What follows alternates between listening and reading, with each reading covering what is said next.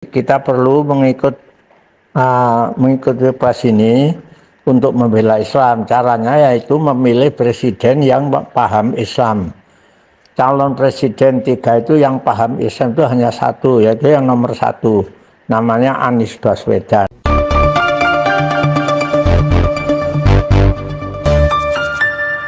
Ya, selamat sore. Berjumpa lagi dengan Om Ben. Salam seger waras, tetap semangat dan jaga persatuan. Sebuah rekaman suara beredar luas, dan rekaman itu adalah rekaman Ustadz Abu Bakar Ba'asyir, pimpinan Pondok Pesantren Al-Mukmin Ngeruki yang ada di Cemani, Sukoharjo. Terdengar bahwa Ustadz ABB, panggilan beliau ini, menyatakan dukungan kepada pasangan Anies dan Caimin. Waduh, ini ngeri-ngeri sedap nih. Betul-betul ngeri-ngeri sedap gitu ya. Orang sih bebas menyatakan dukungan dan tidak ada batasan atau larangan mau mendukung siapa. ABB sudah dilepaskan dari penjara, bebas dari berbagai kasus tentang terorisme yang dialamatkan kepada beliau. Dalam rekaman suara yang tersebar itu, awalnya Abu Bakar Ba'asyir ini menyebut bahwa Pilpres itu bukanlah ideologi, melainkan sebagai alat. Alat apa ini kira-kira? Alat untuk meraih tujuan, sehingga bila tujuannya mengikuti Pilpres untuk membela Islam, maka dukung-mendukung pada capres itu diperbolehkan. Dan kandidat yang paham Islam yakni nomor 1, Anies Baswedan dan Muhaimin Iskandar. Sayangnya loh, baik Pak Anies maupun Caimin belum merespon adanya dukungan itu. Tapi dulu, saat awal-awal koalisi perubahan terbentuk, Caimin pernah menjamin jika politisasi agama tidak akan jadi alat mereka. Apakah beredarnya voice note itu bakal diklarifikasi? Mau bagaimanapun, suara yang tersebar itu bisa memantik banyak alumni mendukung pasangan itu. Siapapun tahu loh, perjalanan politik Ustadz Abu ini penuh kasus-kasus radikalisme. Setidaknya pernyataan dukungan itu bakal merugikan PKB, partai yang selama ini menjunjung tinggi keberagaman, pluralisme maupun kebinekaan. Ditambah alumni Pondok Pesantren Al-Mukmin juga tersebar di mana-mana. Dan kebetulan dari yang tersebar itu sedikit diantaranya tersangkut masalah terorisme. Tidakkah keduanya takut perspektif publik bakal terpengaruh, sehingga merugikan pasangan Anies dan Caimin? Dukungan ini loh makin menunjukkan bila Anies memang dianggap sebagian kecil orang adalah yang memperjuangkan Islam. Padahal nih dari 3 calon capres, cawapres, kita tahu latar belakang mereka.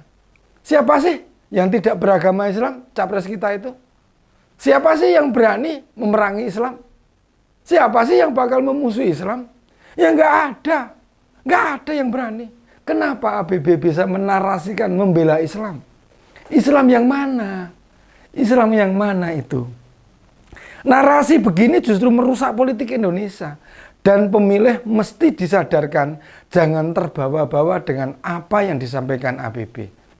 Apa pihak keluarga Ustadz bisa menjelaskan di sisi mana Pak Ganjar dan Prof Mahfud tidak membela Islam? Ayo coba, monggo silahkan. Siapa yang bisa mewakili? Jelaskan di mana salahnya. Jika tidak bisa menjelaskan, artinya apa yang disampaikan itu nggak benar. Itu loh yang sejak awal sudah dipesankan, supaya agama tidak dibawa-bawa.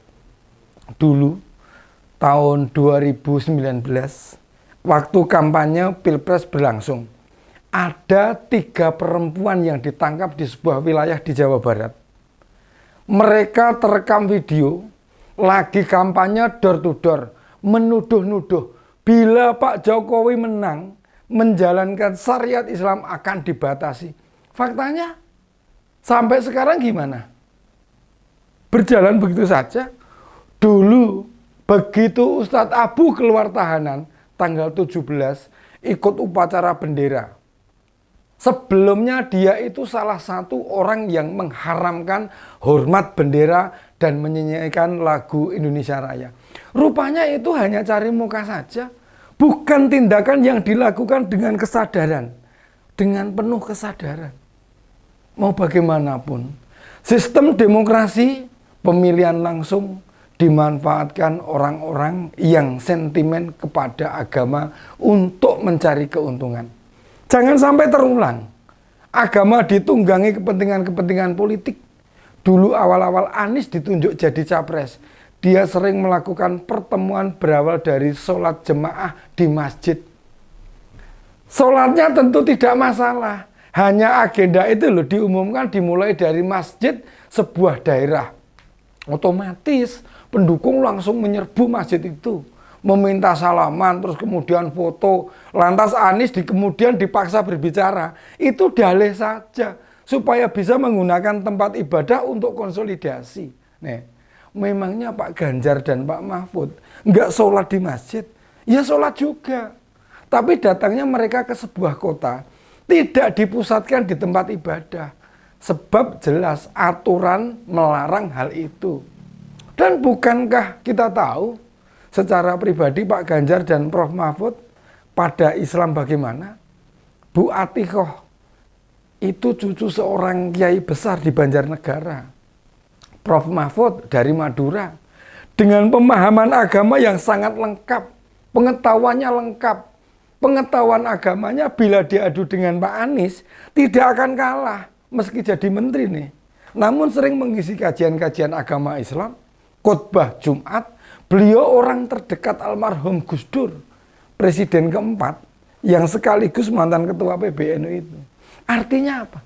Artinya jika ada klaim yang lain tidak memperjuangkan Islam, itu klaim tanpa dasar. Sama sekali. Bila Ustadz Abu Bakar merapat ke kubu Amin, setidaknya sudah ada 2 tokoh kontroversial yang dekat dengan pasangan koalisi perubahan ini. Sebelumnya, Pak Rizik Syihab terlihat dekat waktu mantu putrinya. Salah satu yang menjadi saksi nikah ya Anies Baswedan. Dan Caimin yang menjanjikan bakal menahan politisasi agama. Diem saja kok. Gimana kualitas demokrasi kita mau makin baik? Bila narasi-narasi yang sama, narasi yang membuat pilkada DKI jadi mengerikan begitu. Tidakkah kita ingin demokrasi makin maju? Kualitas bernegara kita juga tambah modern, sehingga bisa lebih fokus kepada meningkatkan kesejahteraan rakyat. Siapapun boleh mendukung capres manapun, asal hal-hal yang membawa klaim, nggak hanya agama, tapi juga suku, ras, atau sentimen lainnya, mesti dihentikan. Dukunglah capres karena visi misinya, karena programnya, karena komitmennya. Sehingga hasil Pilpres berdampak signifikan perubahan kesejahteraan. Masa kita mau berulang kali berkutat kepada urusan yang meremeh-temeh seperti itu? Para capres yang masih berurusan hal-hal begini loh, mestinya itu tidak mendapat dukungan. Sejak awal, banyak respon negatif dalam pencalonan mantan gubernur DKI. Ini menandakan bila sudah banyak masyarakat sadar, tidak banyak diharapkan dari pencalonan Anies dan Caimin. Ditambah merapatnya partai umat. Partai yang mengklaim memperjuangkan politik identitas. Makin membuat publik ini tidak merespon baik. Kita tidak ingin mengulang sejarah buruk. Perjalanan politik yang memberi peluang kembalinya isu-isu sensitif seperti itu. Sebenarnya ya, bila mau jujur, semua warga negara memiliki kesempatan yang sama. Dan bila menjalankan keyakinannya dengan baik, orang-orang yang suka membawa-bawa agama sering berlindung atas nama kebebasan, atas nama hak asasi manusia, dan atas nama demokrasi. Inilah yang perlu diperhatikan. Demikian opini kali ini. Salam seger waras, tetap semangat, sampai berjumpa lagi.